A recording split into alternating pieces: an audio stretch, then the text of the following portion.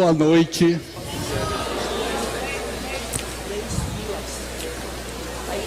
Hoje nós teremos a apresentação do Coral Jovem da Pituba. Ele foi formado em 2011. O Coral Jovem da Pituba é um ministério da Igreja Adventista do Sétimo Dia. Agrega coralista de outras igrejas e quem não está vinculado também, ele não está vinculado a nenhuma igreja específica. A equipe responsável, pastor Davi Neri, o maestro Isan Teixeira e o responsável pelo nosso contato foi o Edelwilson Santana, Isla Andrade, a publicidade. E que pena que nós não estamos com a lotação da nossa casa, porque os nossos amigos, eu soube inclusive que eles já tinham encerrado a agenda deles desde domingo, mas em atendimento a um pedido aqui da nossa Cidade da Luz, o que eu agradeço já, muitíssimo obrigado. Eu hoje falei na rádio com muito orgulho sobre vocês, sobre o comprometimento de vocês com o ideal da arte, do bem, sem qualquer outra intenção e vinculação. Aplaudamos.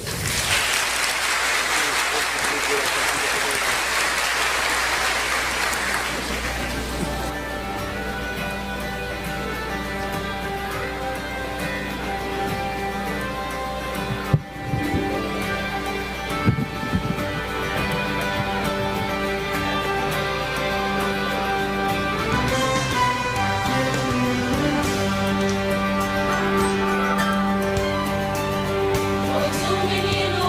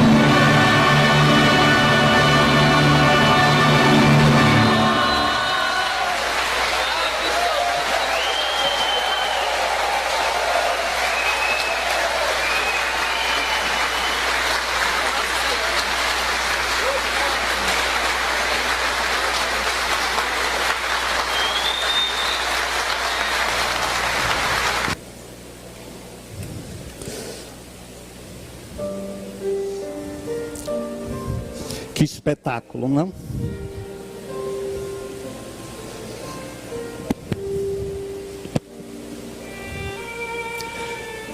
Senhor,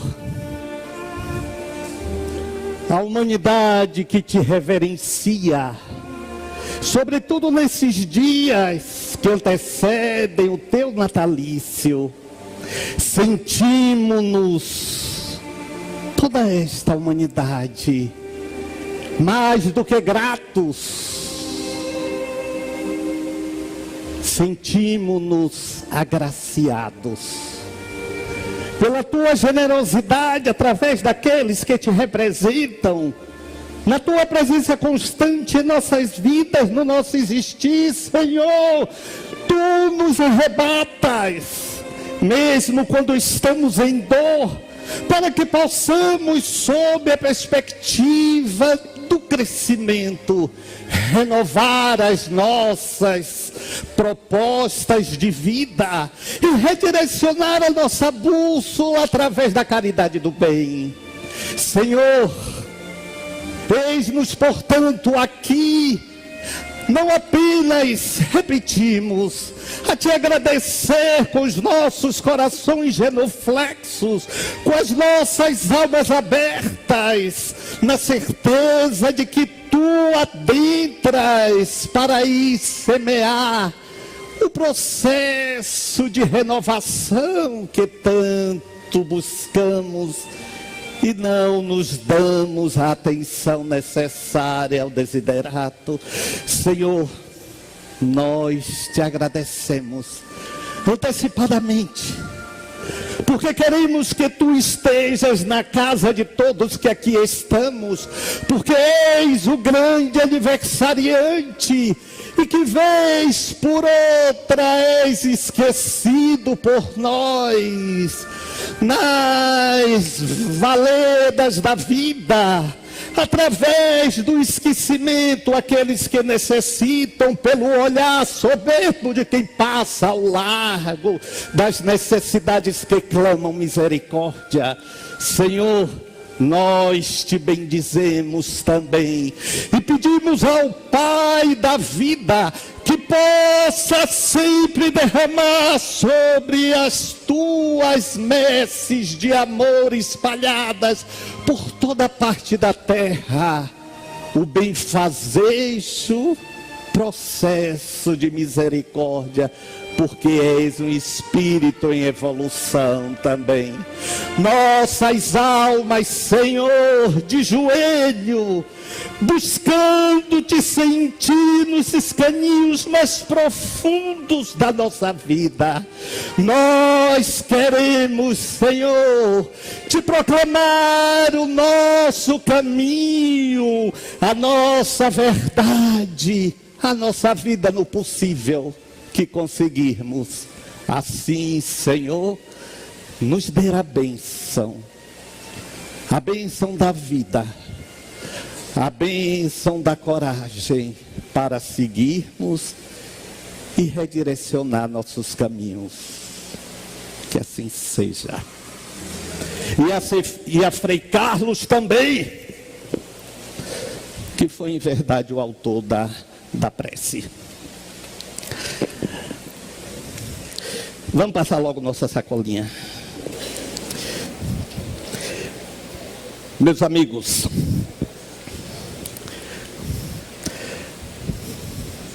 o que sai de nós, desde a primeira terça, estamos colocando em pauta. O que sai de nós para o mundo? Resiliência diante das dificuldades e dores que nos chegam, e compreendemos os seus processos e seguimos. Frustração por achar que nós não estamos conseguindo aquilo que objetivamos, e vem o desencanto. Ou revolta, que aí já é aquele protesto diante de tudo, diante de todos, nos esquecendo que em verdade somos nós, os construtores da nossa própria vida. Somos nós os que modelamos os nossos caminhos e, consequentemente, as nossas buscas. Ao longo desses 46 anos, quase 47, de Cidade da Luz, se há uma questão recorrente de vocês, de um modo geral, é exatamente o que está associado ao relacionamento familiar, pessoal, à vida de relação. E aí surge sempre um questionamento: qual é o seu critério? Qual é o seu conceito de uma relação feliz? De uma relação feliz, não apenas amorosamente, mas de uma relação feliz com os que te cercam, com os que estão ali e te orientam, te testam a paciência, te testam. Nós vamos entendendo com o passar do tempo que as pessoas são como elas são. O problema está quando nós fazemos uma idealização e uma comparação. Idealizamos como achamos que devem ser os filhos, os pais, os amores, os amantes. E fazemos comparações com os filhos da vizinha, com os filhos da amiga, com os pais do amigo, com os maridos das amigas, as mulheres dos amigos e por aí vai. E vamos fazendo esta idealização e esta comparação, e a partir daí não nos damos conta que na mão não tem dois dedos iguais, quanto mais duas almas neste mundo iguais. Não há. Não há. Então, por que ainda insistimos em comparar?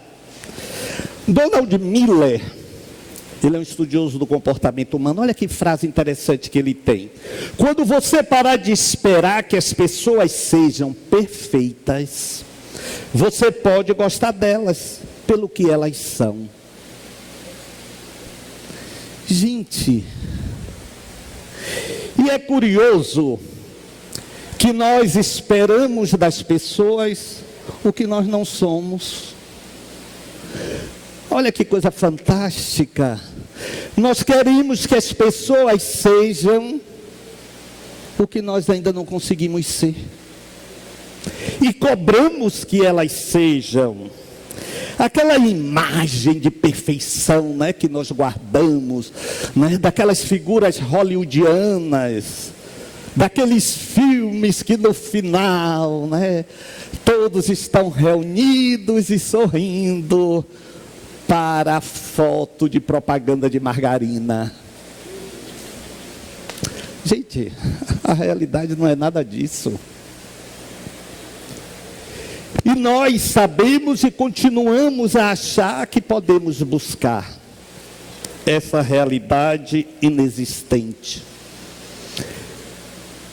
E então, depois das redes sociais, que todo mundo é feliz, só nós que não somos, na comparação, todo mundo é mais tudo. E nós que não somos, como isto angustia. É preciso entender que, claro, as nossas experiências passadas da atual vida podem nos ter gerado algumas ilusões, alguns conceitos distorcidos, algumas posições e reais, mas é preciso que enxerguemos que cada um de nós traz um aspecto próprio, não apenas porque somos uma pessoa única na terra, mas é porque somos espíritos com jornadas únicas. Somos espíritos que guardamos de outras vidas sonhos, frustrações, expectativas, e tudo isso faz essa salada de frutas que é a nossa vida atual. E curiosamente a gente ainda fica, não é? Gerando conflitos para nós mesmos. Como? Quando não aceitamos a vida como ela se nos apresenta. Rechaçamos e ainda dizemos coisas do tipo assim: eu não aceito. Sua mãe morreu. Aí você diz: eu não aceito. Mas ela morreu. É um fato. Ah, mas eu não aceito. Mas morreu. Então há questões que não adianta você não aceitar. Elas estão aí. E muitas delas em sua vida. Em sua vida. É curioso que nós estamos sempre querendo culpar, delegar responsabilidade, mas nunca nos questionamos qual foi a nossa participação naquilo, seja o que for.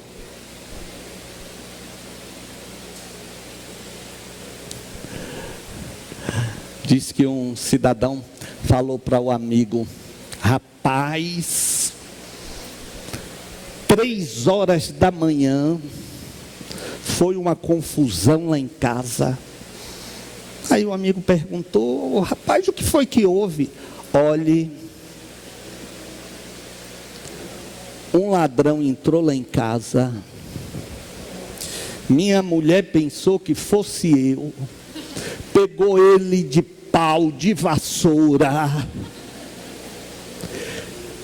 e dizia: eu lhe falei, se você repetisse ia cair no cacete. E eu só vejo o cara no escuro a correr, a gritar, e ele dizia: calma minha mãe, calma minha mãe. E minha mulher respondia: que sua mãe, descarado. Mas eu fiquei com aquilo. Aí ele saiu correndo, eu fui atrás, e ele disse: olha, eu não volto mais aqui, eu não volto mais aqui. Vem cá, rapaz, aquela mulher lá dentro é médium, é? Porque ela foi possuída por minha mãe, porque minha mãe me disse antes de morrer, que se me pegasse no mal feito, ia me quebrar do pau. Meu amigo, depois disso eu me arrepiei todo, voltei para casa, fui deitar e acordei. Ela me deu porrada de novo. E disse: já está dormindo, safado. E meteu-lhe o cacete. Rapaz, mas você está feliz por isso? O ladrão apanhou muito mais. A miséria do outro consola a nossa, né? A gente sempre tem esse consolo, não é verdade? Todos nós, né? É aquela velha história da discussão em antessala de médico, não é? Quando alguém fala: rapaz, eu estou com um problema sério. O problema sério é o meu. E aí começa a disputa. Preste atenção. não é? Começa a disputa porque cada um quer mais sofrimento do que o outro. E ao mesmo tempo, quando estamos fora desse contexto e falamos alguma coisa, mas pior foi fulano, viu? Eu pelo menos não fiquei com nenhuma sequela. E fulano? E aí começa a enumerar. Depois, olha, eu ouvi tanto isso no processo de Covid. Olha, eu tive, mas meu vizinho, rapaz, até hoje ele não respira direito. Aí você fica assim ouvindo. Mas é um consolo mesmo, né? É um consolo. Precisamos entender que nenhuma relação, sobretudo a familiar, é isenta de falhas, de espíritos endividados, problemáticos, inimigos do passado. Gente, olha, é tão recorrente o ouvir. Você precisa ver, Medrado, fulano na rua é um gentleman, em casa é um pedaço de cavalo e arremete ainda uma visão que eu até hoje não consigo entender. É um pedaço de cavalo batizado. Eu fico, meu Deus, como é um pedaço de cavalo batizado? Fico assim querendo, mas é claro, são os cônjuges da casa, os familiares que temos os maiores problemas de outras vidas. São com eles mesmos, não é? Não é de forma alguma ali apenas laços de amor. Podem ter os da afinidade maior, mas geralmente não. É acerto mesmo, é ajuste mesmo. Ajuste de contas, acertos de contas. Quantas vezes você parou, olhou assim para aquele familiar e disse, meu Deus, o que é que eu fiz para merecer isso na minha vida? Ele deve pensar a mesma coisa de você. Deve olhar para você. É igual quando nós encontramos, não é, amigos de infância. Aí você olha e fala assim, meu Deus, está acabado. Está acabado. Ele está pensando a mesma coisa. Está pensando, sabe por quê? Porque você se vê todos os dias e não está se dando conta que você está acabado. E a pessoa lhe vê de repente e deu aquele pulo de 10, 15, 20, 30 anos, vai achar isso. É como você acha. Né? Então são esses processos que nos geram a certeza, por incrível que pareça,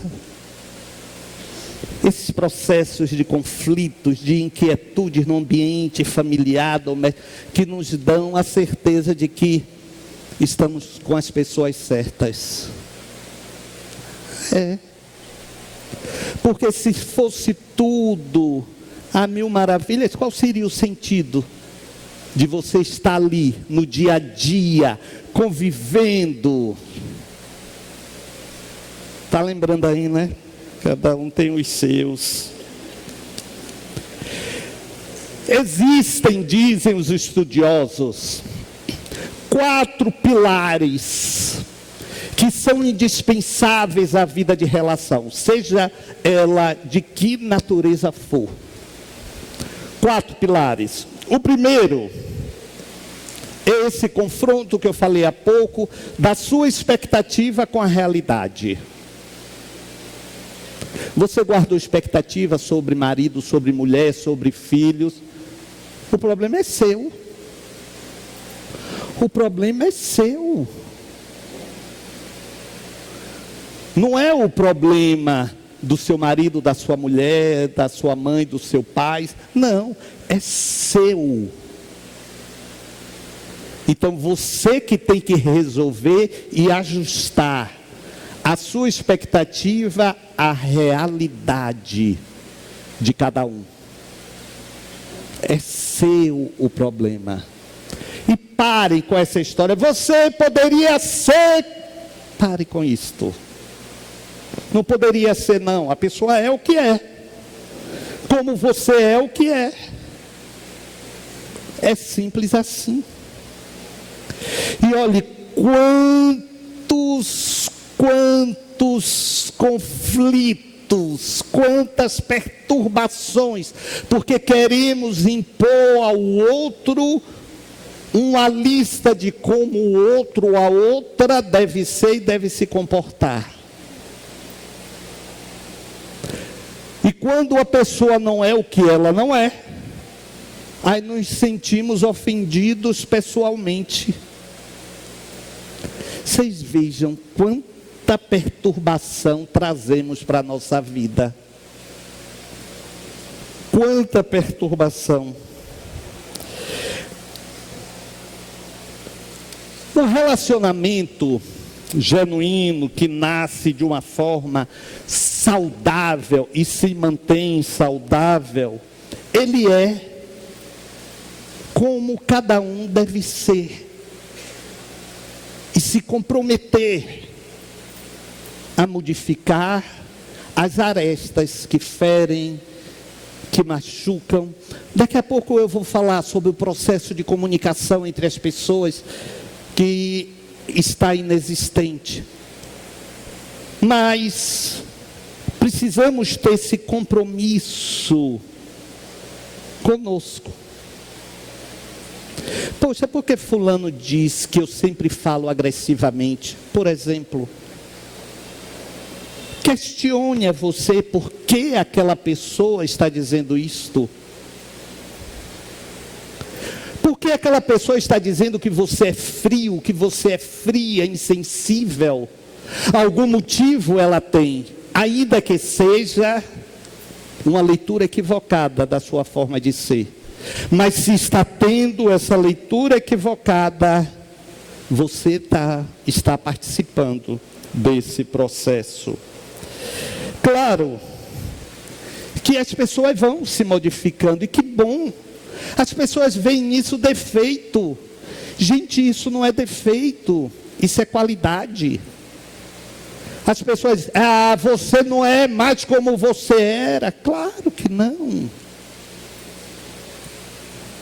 Há uma imagem clássica em filosofia que diz o seguinte: ninguém passa pelo mesmo rio duas vezes, ainda que seja o mesmo rio. Ou seja, aquelas águas são sempre diferentes. E que bom que nós vamos mudando.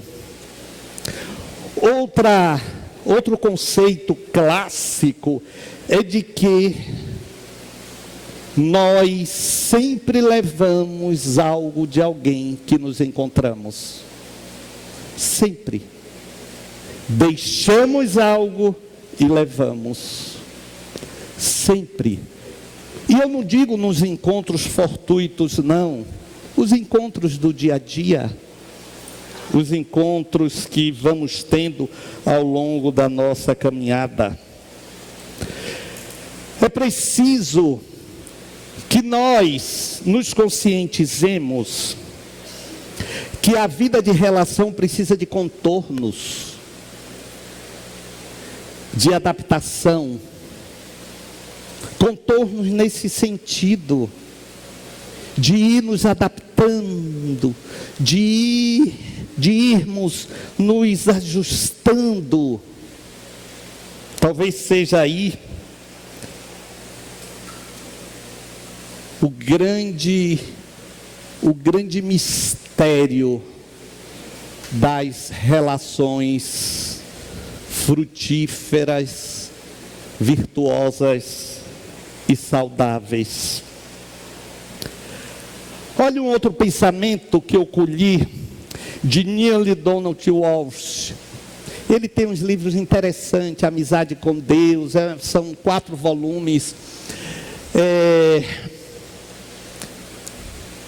como se fosse uma conversa com Deus. Claro que não é Deus, mas ele acredita nisto. Olha o que ele fala: o propósito de um relacionamento não é ter alguém que possa completá-lo, mas ter alguém com quem você possa partilhar a sua completude.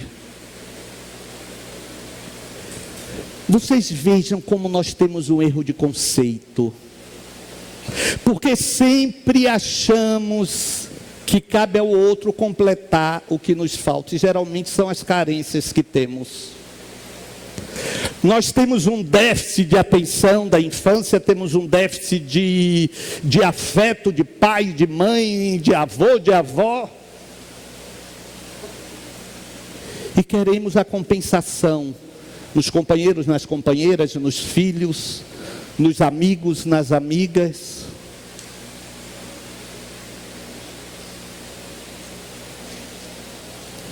Gente, é isso que faz com que as dificuldades se tornem maiores. Eu tenho uma frustração terrível. Eu não tive avós, nem de um lado nem do outro. Gente, aquela coisa de dizer assim: eu vou para casa de minha avó, só se fosse para ir para o cemitério. Quando eu vejo assim, alguém fala assim: eu ia para a casa de minha avó, fazer o que eu queria, não sei o que, eu fico com a inveja. Eu disse: meu Deus. A imagem que eu tenho, a história de meu pai é complicada.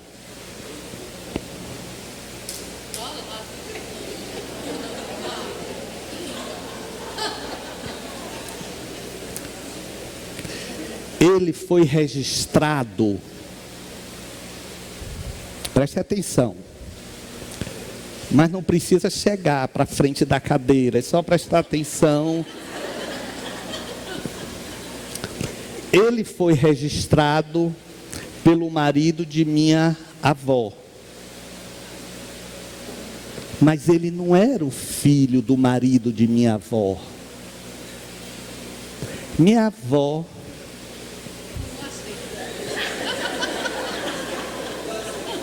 vó, eu não lhe conheci.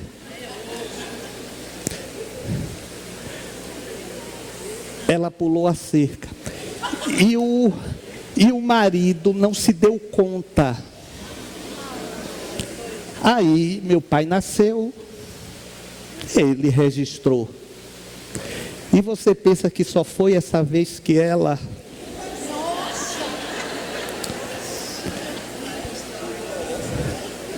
Teve mais 2 filhos assim.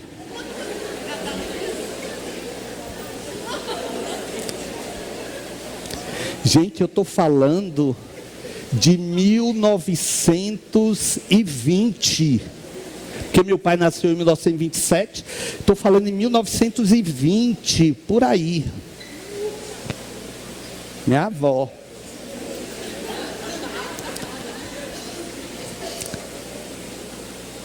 Mas aí se descobriu, o que é que minha avó fez? Botou o marido para fora de casa. Botou o marido. Há quem diga que foi ela que inaugurou as roupas dentro de saco de lixo, porque foi assim que ela fez. Botou e pronto, ele foi embora.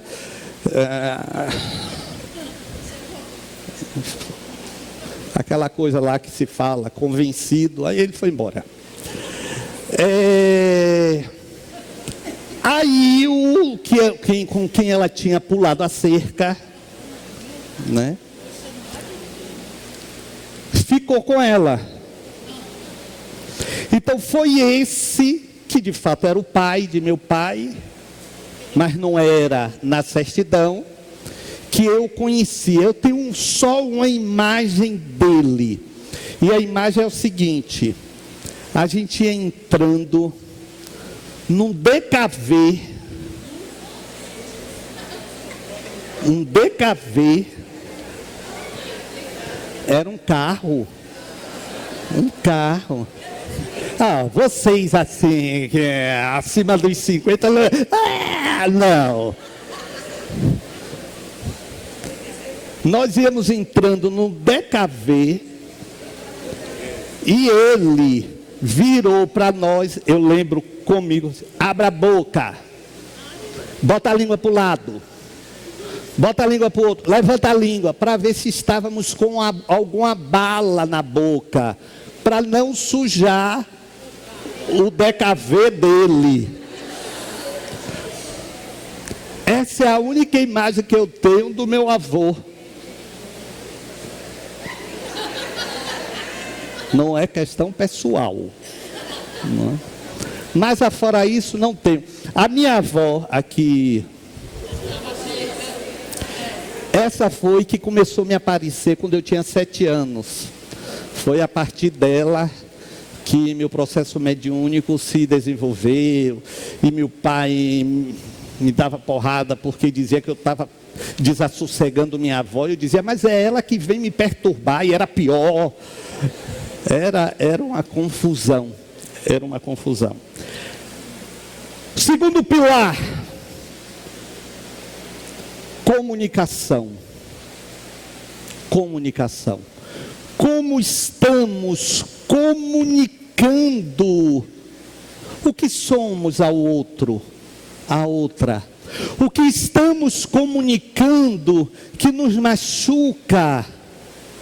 O que estamos comunicando, o que nos gera algum sofrimento. É preciso que saibamos conversar, saibamos passar e também ouvir. E também ouvir. Então estamos comunicando o quê? Não é reclamando. Não.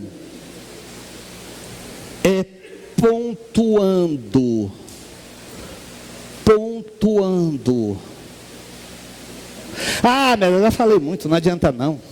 Que não adianta, já me cansei e já vi que realmente não tem jeito. É por isso que eu agora me calo e não falo mais nada. Está se entupindo. Vai chegar um momento que você vai transbordar. Vai chegar um momento que você não vai suportar. Você não vai suportar. Diz que o cidadão chegou em casa, pegou a mulher e começou a bailar, dançar com ela, né? Aí ela parou e disse, vem cá, rapaz. Medrado hoje falou como deve ser tratada a mulher, foi isso? Ele falou como carregar a nossa cruz com alegria.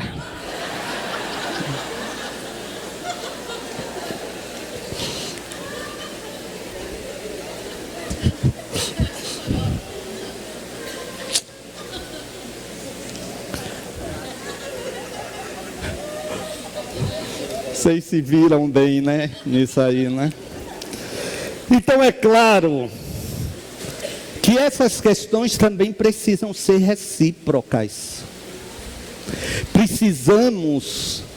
Precisamos dizer o que nos incomoda.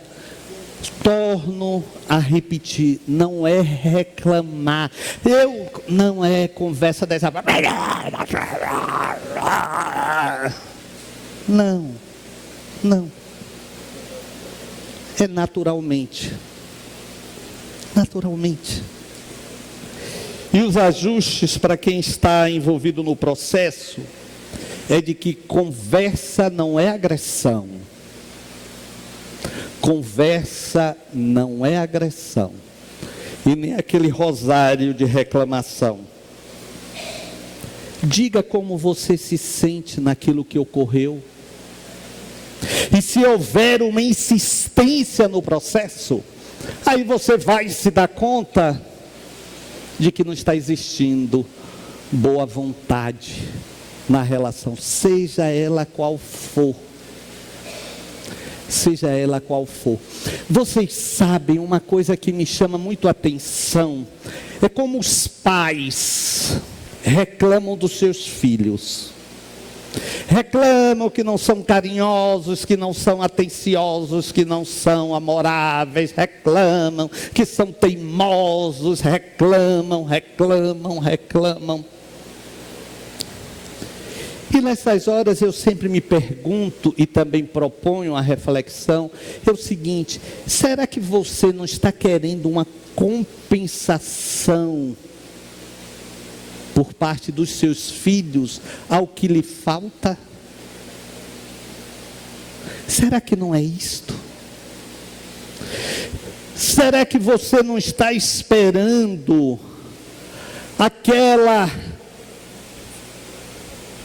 aquele deixar a sua frustração na realização dos seus filhos? Eu sempre falo de uma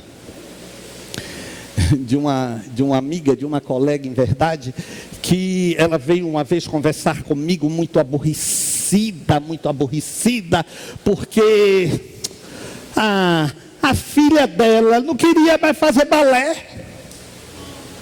Medrado, olha que absurdo. Ela chegou para mim e disse: não vou mais fazer balé. Medrado, ela está fazendo balé desde os 3 anos. Agora está com 14 anos e não quer mais fazer balé. A menina estava do lado. Aí eu perguntei: você não quer fazer balé? Ela disse: não quero fazer balé. Eu disse: o que faz muito bem, porque deve ser algo muito chato. Aí a mãe estava do lado: eu não estou entendendo. Eu virei assim: olha, quem queria ser bailarina era você. Aí ela virou assim: quem é que está lhe dizendo isto? Eu disse: a lógica. Temos o hábito de projetar no outro, sobretudo nos filhos, as frustrações que tivemos na vida. Então queremos que os nossos filhos realizem nossos sonhos frustrados. A menina saiu gloriosa, né? À medida que eu ia falando, ela ia dizendo: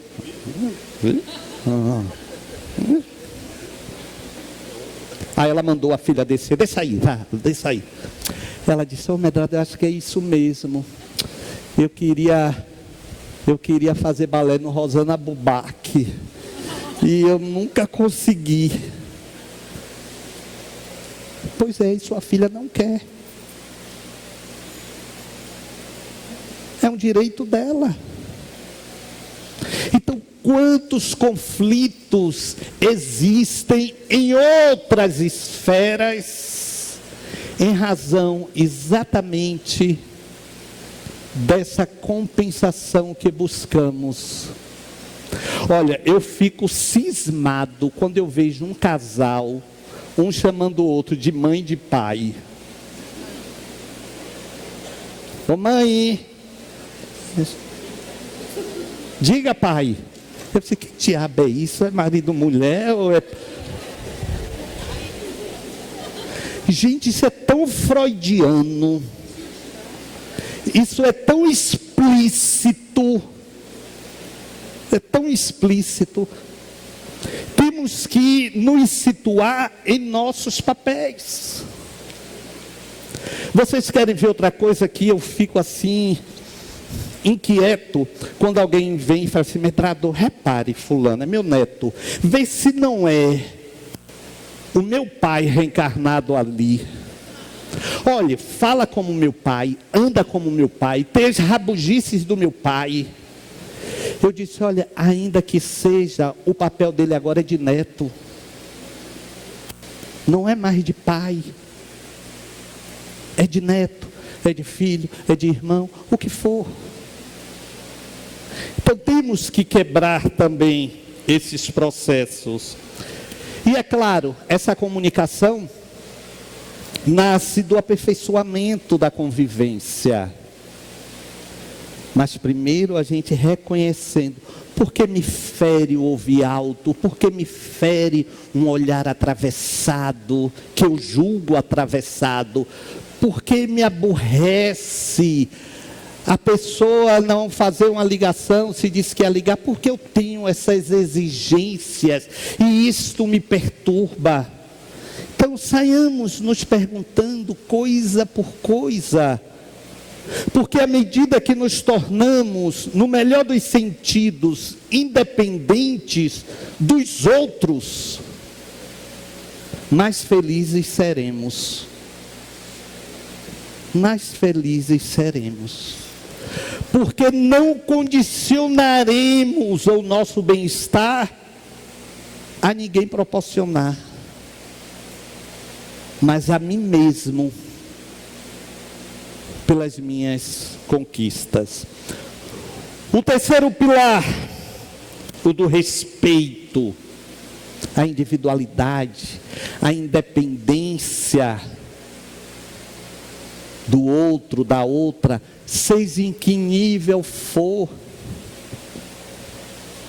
Deixe de perturbação de querer ver o celular. Perturbação do Satanás ali no seu juízo. E por fim, olha, vocês são uns cretinos.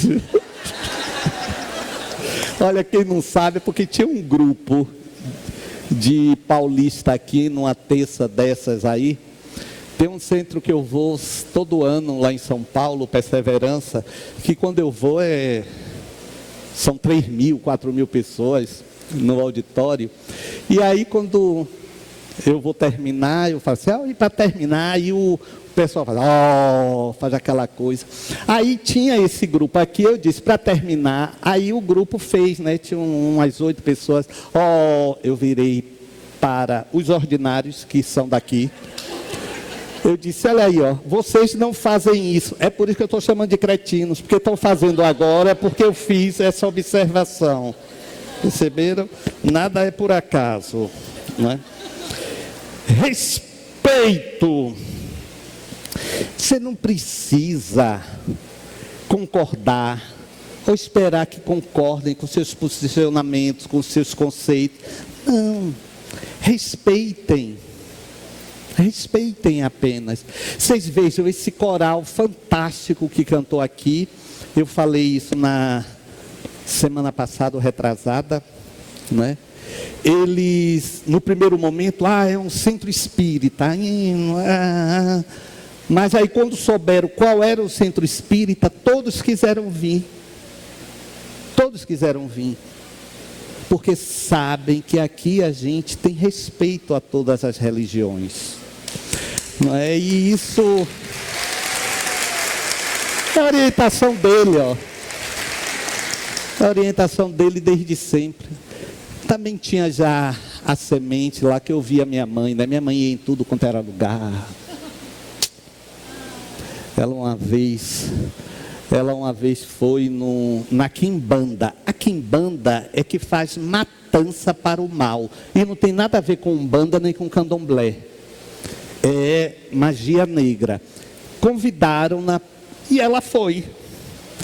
Aí ela disse que estavam lá numa matança, num negócio lá. Aí o cidadão pegou um papel, dobrou um papel e foi enfiar no pescoço do bode. Aí ela, quando viu, ela disse, meu Deus. Aí começou a rezar pela pessoa do nome do papel. E ela tinha uma história, uma confiança no credo. Já falei isso aqui a você, né? Creio em Deus Pai Todo-Poderoso, Criador do céu e da terra. Creio no Espírito Santo, na Santa Igreja Católica, na comunhão dos santos, na remissão dos pecados, na ressurreição da carne, na vida eterna. Amém. Amém.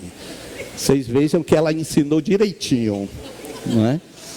Aí ela começou, aí disse que a entidade incorporada disse, alguém está rezando aqui.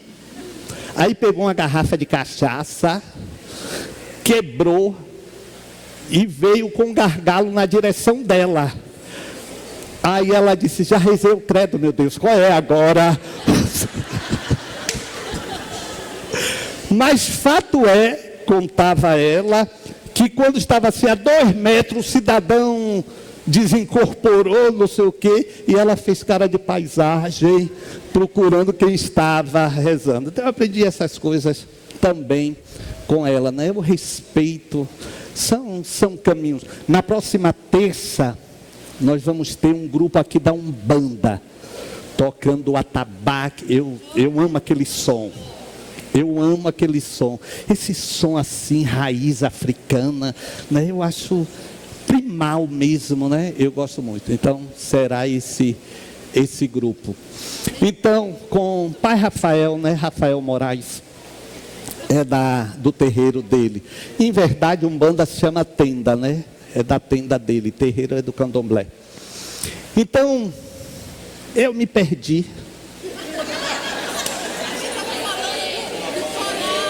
Ah, sim, por causa do respeito. Então, poxa, a gente sabe que os caminhos são vários, mas para se chegar a um só lugar. Então, cada um vai ter o seu caminho pelas suas necessidades, por suas buscas. Não porque esse é mais importante ou é verdadeiro, não. Pelas necessidades pessoais. Então, é claro, nós precisamos respeitar as pessoas das nossas relações. Não é? Respeitar seus posicionamentos para as suas buscas. E entender que cada um é herdeiro de si mesmo e cada um compõe a sua história e traz as dores e delícia de ser o que é. Não é? É tão interessante que, olha, tem um poema Desiderata, é um poema hindu, que diz o seguinte: nunca se compare com os outros, porque ao se comparar com os outros, você se tornará presunçoso ou magoado, porque haverá sempre alguém superior ou inferior a você. Então é isso mesmo, não se compare. Se compare com você mesmo, com as suas buscas, com as suas conquistas. E por fim, cada vez mais cretinos. O quarto pilar é do apoio. O apoio. Apoie. Apoie as iniciativas das pessoas. Não pense no que é melhor para você, mas para aquela pessoa. Se ela quer seguir um caminho, apoie. Não veja se aquilo vai lhe prejudicar ou não. Não. Apoie e confie. Alguém poderá dizer: Medrado, nesses 4 pilares eu não vi o amor. Porque nós partimos do princípio que as relações são fundadas no amor. Amor. Então, o amor é o terreno. Os pilares são exatamente esses que nós falamos aqui. Olha, é a semana do Natal. Então você vai desejar um Feliz Natal para a pessoa, para os familiares dela. Quando você pensa que tá tudo errado e negativo e que ainda vai piorar, pra todo mundo a vida é difícil, mas todos fazem seu sacrifício pra melhorar. Lá vem o sol para derreter as nuvens negras, para iluminar o fim do túnel. E a luz do céu para inspirar os seus desejos, para fazer você encher o peito e cantar. Já voltou, menino? Claro!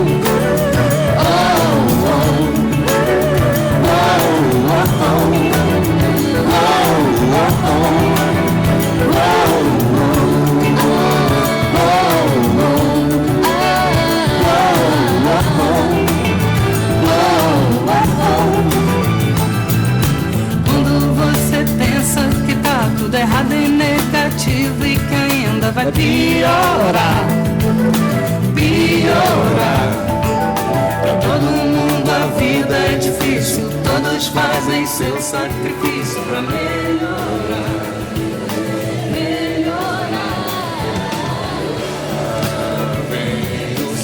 Os passistas, por favor.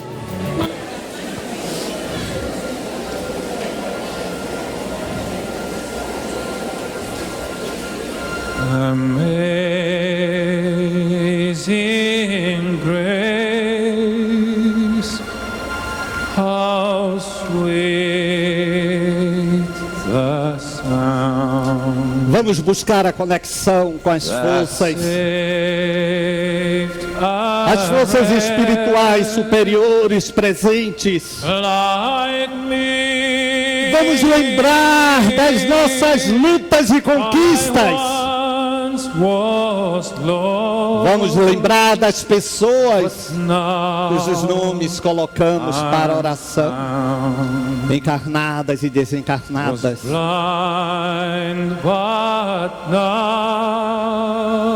Essa maravilhosa graça, Senhor, que nos une, a graça da tua misericórdia, a graça da tua força,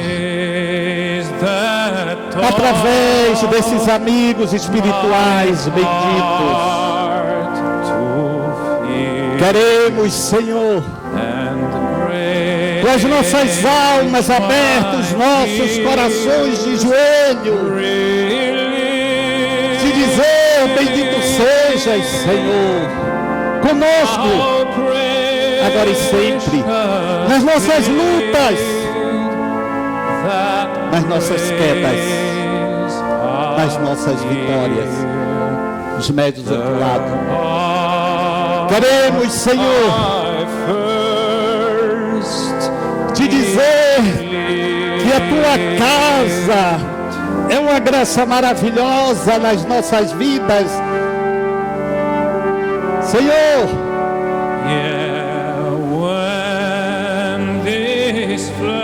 As dores são necessárias para que possamos compreender que viver é uma luta, mas é uma luta bendita quando estamos contigo, quando estamos com estes que te representam. Agradecemos aos passistas, agradecemos aos espíritos benditos, agradecemos sim as nossas vidas, porque somos o que somos, porque temos a vida que temos. Senhor, ouve as nossas gratidões em forma de palavras de reconhecimento.